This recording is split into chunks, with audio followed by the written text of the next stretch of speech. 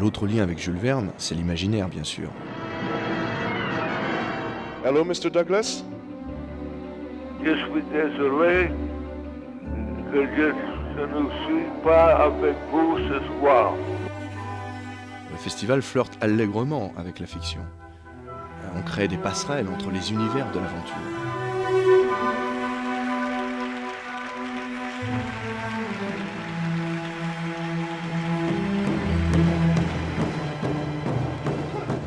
En 2000, on avait exploré le mythe d'une grande épopée et d'un choc culturel moderne, c'était celui de l'Ouest.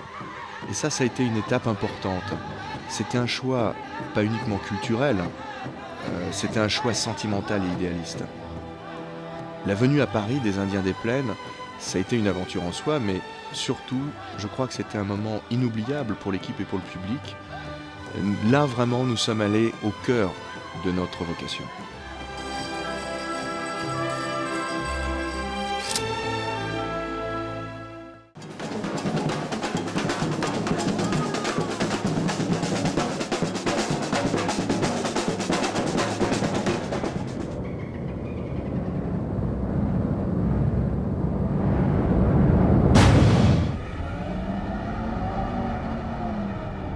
Et si les voyages extraordinaires étaient à imaginer aujourd'hui, quelle en serait la carte? Quelles sont les grandes aventures humaines qui nous ouvrent les portes du futur? Le Festival du film Jules Verne va offrir aux meilleurs films documentaires du monde un écran géant et un public enthousiaste avec sa soif de découverte et d'émotion. Il est clair que les films sélectionnés au festival, c'est un peu la suite en images des romans de Jules Verne. Ils mêlent la science, l'aventure, la découverte. Il y a à peu près 200 films qui se présentent chaque année et Frédéric Dieudonné et son équipe en sélectionnent une vingtaine en compétition. Ils représentent dans leur genre le meilleur de la production internationale. La plupart des films en compétition sont inédits en France. Les autres ont été réalisés ou diffusés au cours de l'année et se présentent pour les Jules Verne Awards. La vocation du festival est de montrer au public des documentaires haut de gamme, que ce soit par leur sujet ou par leur réalisation. C'est aussi de permettre aux réalisateurs de rencontrer leur public. C'est quand même très important parce que les réalisateurs ont énormément de cran de faire ce métier. C'est très dur, c'est très long. Et les documentaires méritent une autre existence en parallèle d'une diffusion télévisée. Ils méritent un grand écran. Ces cinéastes témoignent de grandes aventures humaines qui nous concernent tous profondément. Ils font la chronique d'un espace sauvage qui tend chaque année vers sa disparition. Le festival Jules Verne, comme les autres festivals, est là aussi pour encourager les chaînes à donner une plus grande place aux documentaires et surtout plus de liberté aux réalisateurs. Le documentaire a trop souvent eu les ailes coupées.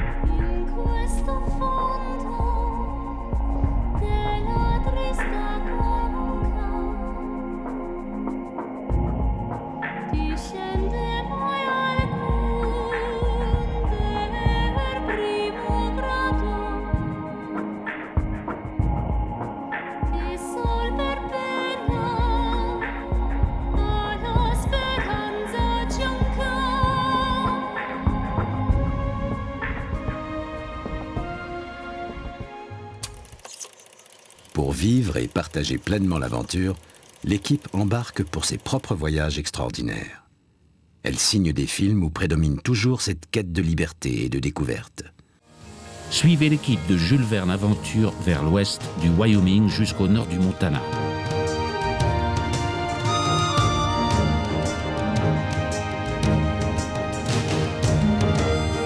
Au-delà du mythe, La réalité vous emportera à la rencontre de la tribu des plaines qui vit au pied de l'épine dorsale du monde, la tribu des Blackfeet. Voici l'histoire de ceux qui ont survécu à la Marias River, l'histoire de l'Ouest et de deux cultures que tout opposait, racontée par les Indiens des plaines. Le peuple du bison est revenu, il vous invite en terre sacrée.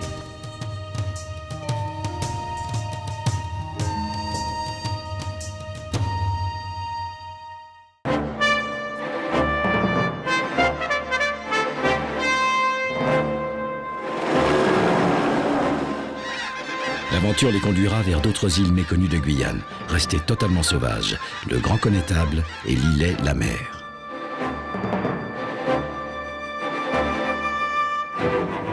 Sous la surface de l'océan et dans les replis de la forêt tropicale, découvrez des terres méconnues, des îles où la nature sauvage se mêle aux ruines d'un enfer pour créer un univers unique au monde.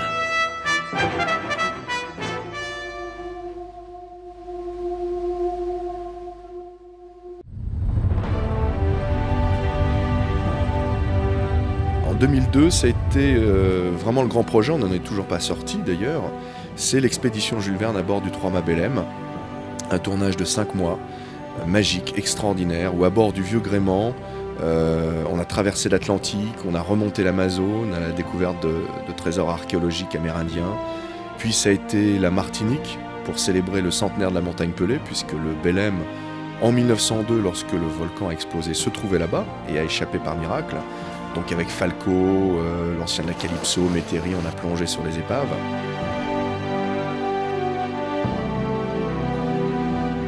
Le film documentaire, c'est vraiment une passion. Je pense que c'est un véhicule noble. Il nous permet de partager de façon plus large avec le public les valeurs qui soudent l'équipe de Jules Verne Aventure. Ces valeurs autour de la terre, de la protection du monde sauvage. Essaye de prendre un peu de vitesse. C'est l'aventure qui laisse une grande part à l'émerveillement, à la spontanéité, l'émerveillement envers le monde vivant qui nous entoure.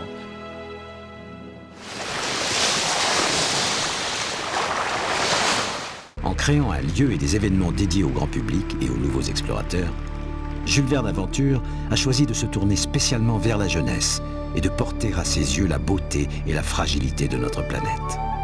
Il y a certainement un message qu'on voudrait laisser aux jeunes générations.